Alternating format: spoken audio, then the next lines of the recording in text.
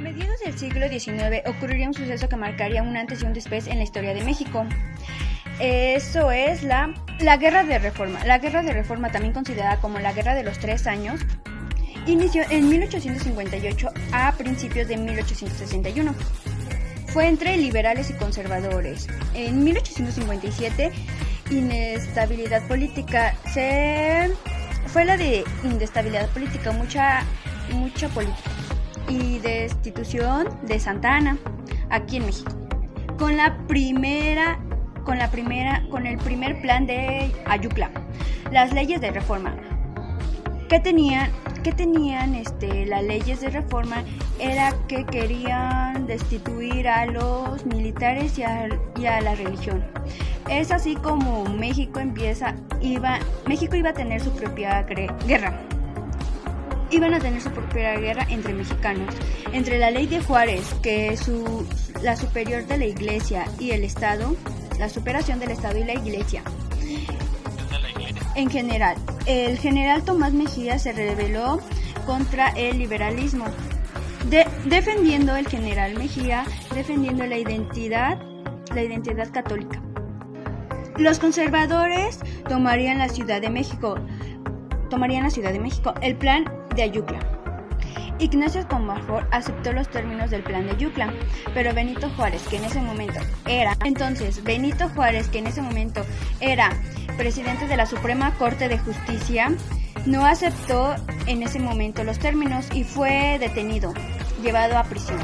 Entonces, los conservadores, que en ese momento los representaba el señor Félix Zuluaga, que fue el del plan de Tacubaya, propone derogar la Constitución de 1857, modificar la estructura política a favor de los conservadores. Efectivamente, eso no pudo ser válido. Entonces, como querían que fuera presidente, eso no fue cierto. Entonces, Benito Juárez escapa y lo nombran presidente interno. Inicia la Guerra de Reforma en 1858, el 19 de enero. Este suceso hizo de dos gobiernos, uno por Benito Juárez representando a los liberales ubicados en el sede de Guanajuato y otro en la Ciudad de México por el comandante Félix Zuluaga. Los conservadores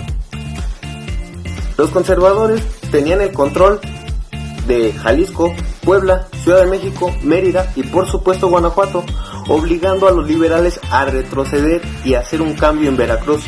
Ahí estarían hasta el final de la guerra. Los liberales no tenían una gran experiencia militar y perdieron las primeras batallas, pero todo cambiaría cuando los conservadores fallaron al tomar Veracruz en 2 ocasiones.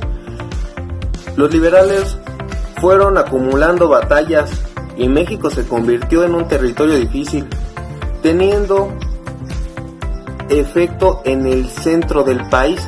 Durante el periodo se publicaron varias leyes, también las llamadas leyes de reforma. Algunos de los liberales más importantes que participaron en la lucha. Hola, mi nombre es Manuel López.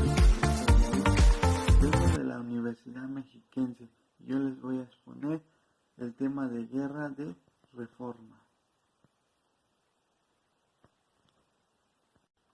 Cuando las leyes fueron por el lado de los liberales, Benito Juárez, Guillermo Prieto, José María Iglesia, Ignacio Zaragoza, Miguel Lerdo de Tejada, Santos Degollado, Manuel Debrado, Melchor Campo Mariano, Escobedo Ignacio, La Fragua Juana Álvarez, Juan Méndez, Juan Crisóstomos Bonilla, también llamado José María, Luis Gómez y Valentín Gómez Farías.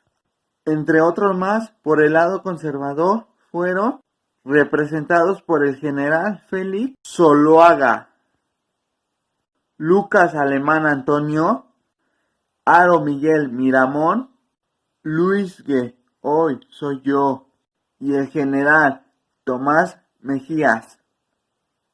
Durante los años más férreos de la batalla destacaría un joven llamado Porfirio Díaz, demostrando bravura y gallardía en todo el centro del país y ganándose el reconocimiento de gran parte del ejército y acompañante de batalla, y este hecho le daría fama a futuros santos en diciembre de 1860.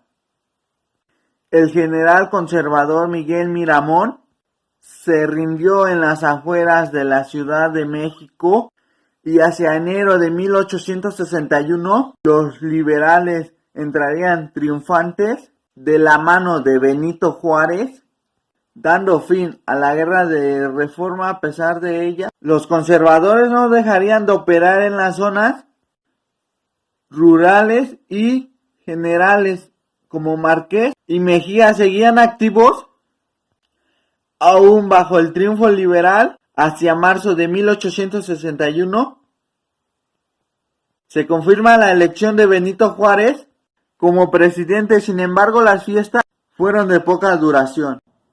La guerra había dejado secuelas